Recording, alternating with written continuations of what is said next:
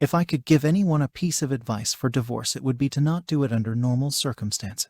If your spouse is beating you or threatening you or your children, then of course get out and fast. In my case, there was no abuse. We were together for 8 years. That was mostly good, and we have 4 kids. Right around 5 years I got a promotion at work, and I got it in my head that my ex was dragging me down, or at least holding me back from more success and a better life. We never had a lot of money, but with my promotion I was now making more than he was. I started working longer hours, and at the same time his hours were cut, so he was at home more. I really began to resent him because he was home and because he got to spend time with our kids. Most nights when I got home they were already getting ready for bed, if not already sleeping. After a few months of my new job, it was clear to me that things were not going well at home without me there. Some nights the dishes weren't done when I got home, or the kids hadn't eaten, or whatever else I could think of to be mad at him about. It really didn't matter. He kept saying that he would try harder, but that it was hard being home all the time. That always made me really mad. For the next couple years things kept getting worse. My hours weren't any shorter, and his were on and off full time.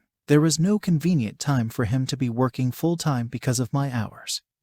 But we also needed the money. Whenever he would tell me that he could get extra hours, I would always complain, and the less hours he worked, the more I complained that he wasn't bringing in enough money. Whenever he brought up the contradiction, I would tell him that he needed to figure it out. I knew that it would bother him, so I started saying that a lot and for everything that I could. I really started to resent him, and I pulled away from him. I knew that it was hurting him, but I didn't care. If he didn't want to be hurt, then he would at least try to make me happy. I used that same thing to justify when I started to talk to another guy at work. I thought he was just a friend, but talking at work turned into texting at home, and then pictures and videos, and then trying to sneak some alone time with him. I knew that it was wrong, but it made me feel so alive. And my husband had not made me feel like that in years. I was tired of being unhappy, and I was doing this for me. The worst was the night that I came home at a reasonable time and found that he had cleaned the whole house, cooked the whole family dinner, and picked out a movie for all of us to watch together. This would have made me swoon a couple years earlier.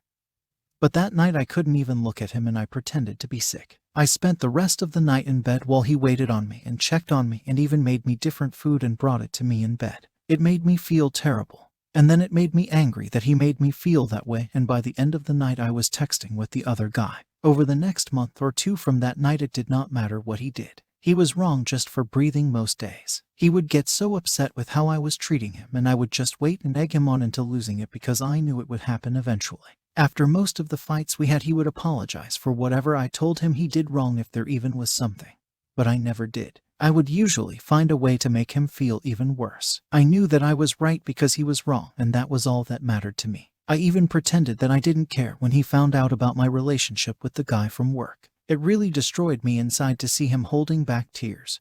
But I wasn't going to let him see that. He was at his weakest, and that was when I chose to tell him that I wanted a divorce. I could almost hear his heart shattering inside his chest. He talked and fought and said that we could work through it together. I really wasn't interested in fixing our marriage. But I mostly ended things with the other guy, but only because I knew I could get it back if I wanted it. I could see that he was trying, and occasionally I would let him know. But for the most part I kept being a huge bitch to him for any and all reasons that I could think of. I'm not sure how much more the man could have done to make me happy besides finding a job that paid enough for me to not have to work at all. He said that he was looking. But looking and finding are two different things. It was around this time that I discovered this group and a few others. I started posting things about him, from my perspective only. And I got so much positive feedback for how I was feeling that I knew I was right. The more I posted, the more validation that I got. It wasn't just me who knew that XH wasn't worth keeping around. I had the whole internet telling me how terrible he is. I started saying awful things to him and even outright ignoring him. I was so confident with mine and everyone else's opinion that I contacted a lawyer, and within a couple weeks had filed for divorce. I continued to use this site and a couple others to validate my feelings and for encouragement to go through with it. And finally it was done. It went pretty smoothly. XH didn't ask for much besides to not get divorced and to try to work it all out. I didn't care about that though. He was broken, but I was free. I could do whatever I wanted without having to feel any guilt or answer to anybody. It was an amazing feeling of freedom. It didn't last long though. In the first month after he moved out, I missed garbage day 3 times. There was also rarely a single clean dish, and the laundry sat in piles so long that I had to start doing the sniff test to see if it could be worn again. I also never saw my kids more miserable. My oldest had seen some of the messages from the other guy months earlier, and she knew that XH still wanted to try to work it out. It didn't take her long to stop talking to me at all except to say that she wanted to go to XH house. The others all told me that they wanted to live with XH too. I did my best to try to make them happy, but I ended up just buying them toys all the time, and the happiness only lasted minutes. I also was having a lot of trouble with work. Being alone, I couldn't work all those extra hours that I was expected to. I finally gave in and started calling XH to watch the kids. He would always come over as soon as he could, and he always asked me if I needed anything. When I would get home, I would find clean dishes and laundry and even dinner sometimes. He would never say too much after I got home. He would just say to call him if I needed anything and leave. One night he took out the garbage and brought it to the curb because it was garbage night and I forgot again. He always looked so sad when it was time to go. Finally, after a couple months, my friends convinced me to go out on a date. It was for dinner and a movie, and I was excited and hopeful. But at dinner I started getting a feeling of overwhelming guilt. It got so bad that I ended up not even going to the movie. A week and about 1,000,000 tears later, I was on a therapist's couch. I told her everything that had happened, starting with the promotion that I got at work. She did not agree with me or with any of the encouragement to divorce that I got. I ended up in her office 2 and sometimes 3 times a week, and the more that I talked to prove that I was right, the more that I started to see how wrong I was. It was truly heartbreaking. I don't know if I cried as much in my whole life as I did in the first month in her office. After about $2,000 of therapy sessions, I learned that my XH had his faults, but I figured out that mine were so much worse. I did so many awful things and said awful things that I wouldn't want to be with me, but he did. I still remember him asking me in the meeting with the lawyer to please not go through with it. I did go through with it though, and then later I bragged on here how great it felt. I was so wrong, and now I can see it. A couple weeks ago, I went outside with him when he was leaving the house. I asked him about getting back together. When he looked at me, his eyes were full of tears and a couple went down his cheeks. He told me that he didn't know if he could. He said that the pain has been too much for too long, and that if we got back together that I might just turn around and do it to him again.